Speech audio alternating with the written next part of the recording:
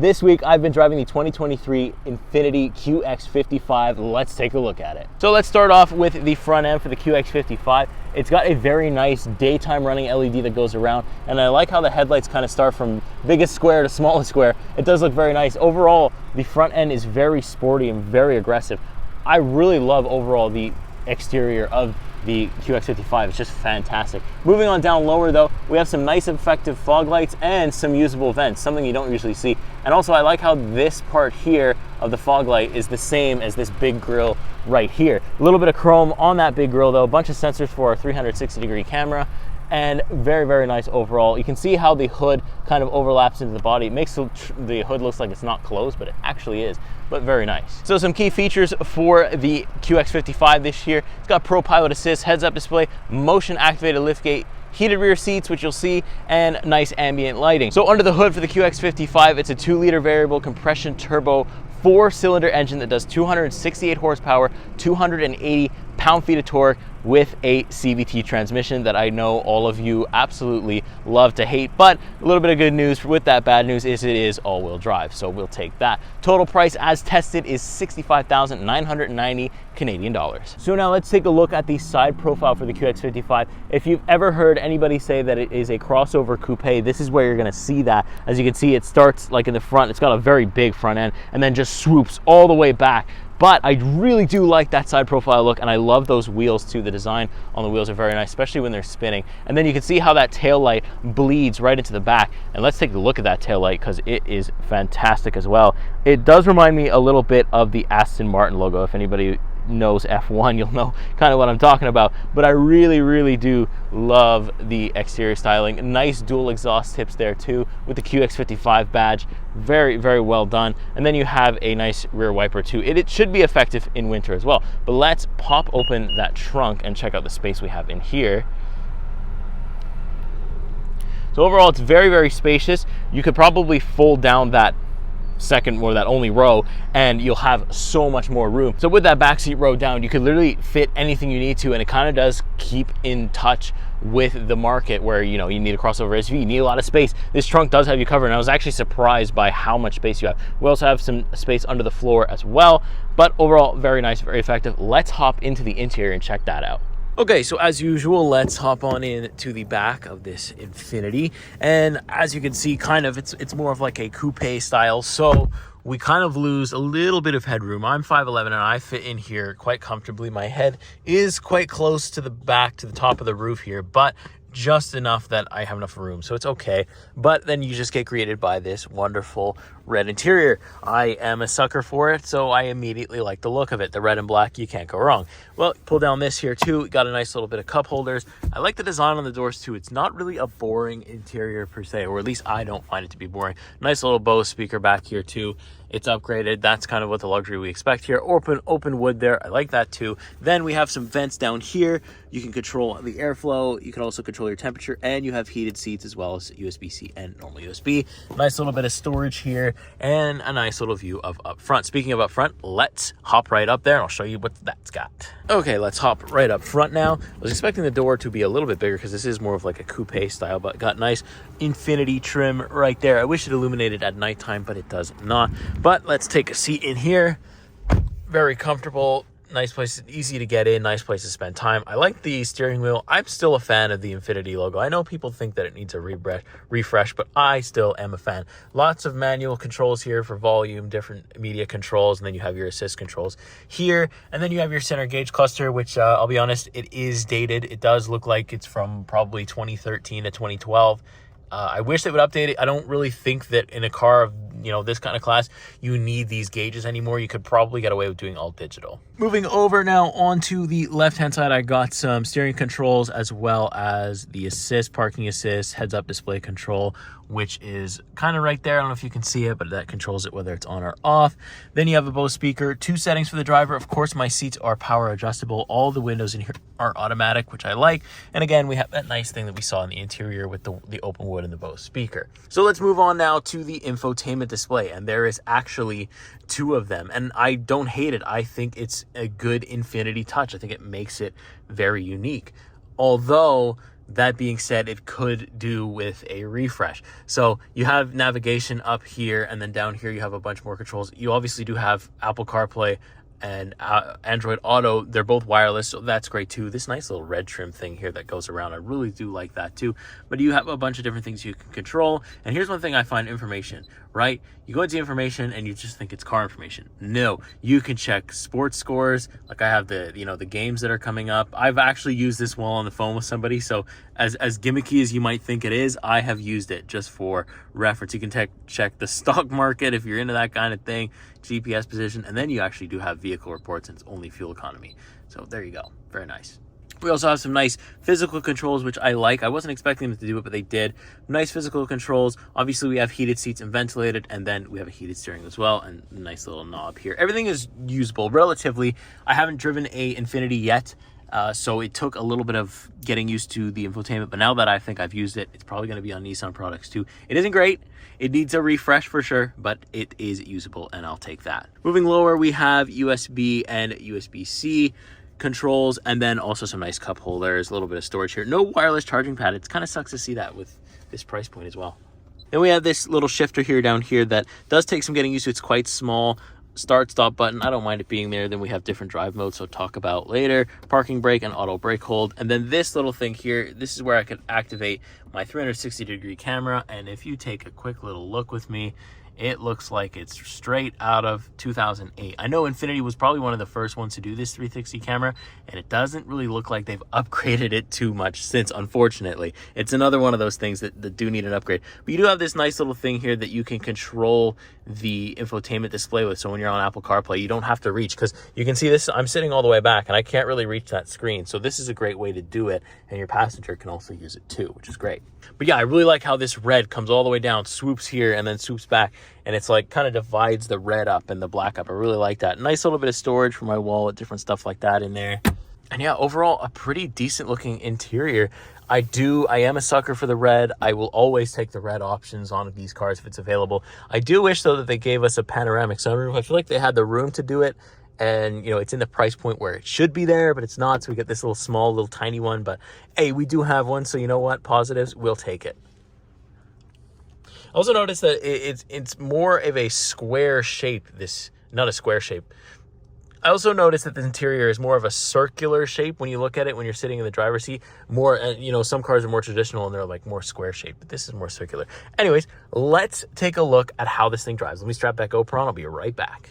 Okay, so here we are in the 2023 Infiniti QX55 on the road, GoPro strapped to my forehead, and overall it has been pretty comfortable, and I've enjoyed driving it more than maybe I thought I would, and maybe more than other people might think you would. But you know, I said I would talk about the drive mode, so let's do that first, and then we'll get into kind of the engine stuff a little bit with the variable compression stuff that it's got going on. So I do have a standard mode, I have an eco mode, and then I have, of course, a sport mode. So we'll give it a little rip here just in a second there, just getting rid of traffic here, and we'll see how much get up this little engine has truly got. Let's pump it all the way to the floor. Yeah, you know what?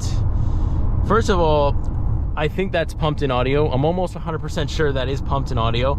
I don't hate it. Would keep it on. I enjoy it. I don't care about pumped in audio at all. It makes me feel like I'm going fast. So I'm going to take that. And the engine does have some get up. I mean, there's a little bit of like lag, like not throttle lag, but turbo lag, and I think that's because of the variable compression engine. So like, for an example of it is like when I'm in eco mode and I'm in traffic and you know there's space that opens up and I want to go, like it kind of takes it takes a while for the power to come on. So like eco mode in traffic is almost useless because you just get cut off and you lose like 6 spots, especially here where I'm driving in Quebec. It's war out here on these roads. So that, you know, I don't get the whole, you know, the whole new engine thing when the whole market is going towards plug-in hybrid / electric anyways. Just is almost no need for it. I mean, maybe it does save you a little bit at the pump, and if you really like, because honestly, the exterior of this car is fantastico, but you know, then you get into the interior of the driving and you're like, well, you know, what does the exterior look outweigh all that stuff? that is really going to be preference driven here. But for me, I mean, yes, the exterior is very nice. It's one of those cars that I think is, it's, you know, it's meant to be luxury. It is maybe higher tier than a Nissan would be, I think, but it's also like, you know, when you compare it to like the Audis or the BMWs, though, it's going up against pretty impressive cars there, and it's kind of falling behind. So it's like, it's not top luxury, it's not bottom luxury, it's like somewhere right in that middle. And people who have driven, I think, Infinitis, you know, their whole life, or most of their car driving experience has been Infiniti, will still really like this vehicle. Me, it's my first time ever being in an Infiniti, and I can tell you, I do enjoy it, and I do see so much potential when it comes to the Infiniti brand, and I think they're almost there. They just need a couple of convenience things. I don't know if this engine is maybe the way to go. Maybe when it was released it was, but in 2023 I just think a plug-in hybrid electric would have done the job and would have sold masses. But for what it is, just judging it on that, it is good, it is comfortable, it is usable as a daily driver. You just have to adjust to those little things. Let's talk about fuel economy, because I did mention it a little bit there.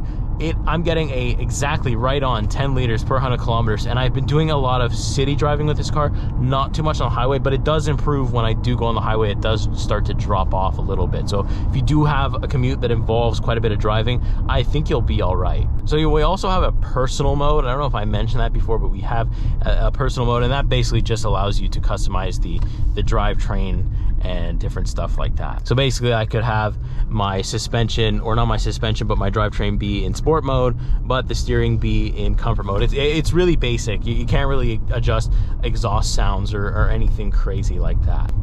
Now I want to move on to the comfort. These seats are a little bit more firmer than they look. It's more, I mean, this whole interior, yes, it's leather all around, but it's a very thin layer of interior. The seats are not like hard, they're not like super firm, but they're also not soft. Again, it's right in that middle ground. But I found it comfortable. I did get stuck in traffic a little bit in this car, and my back wasn't hurting. It wasn't any like huge issue.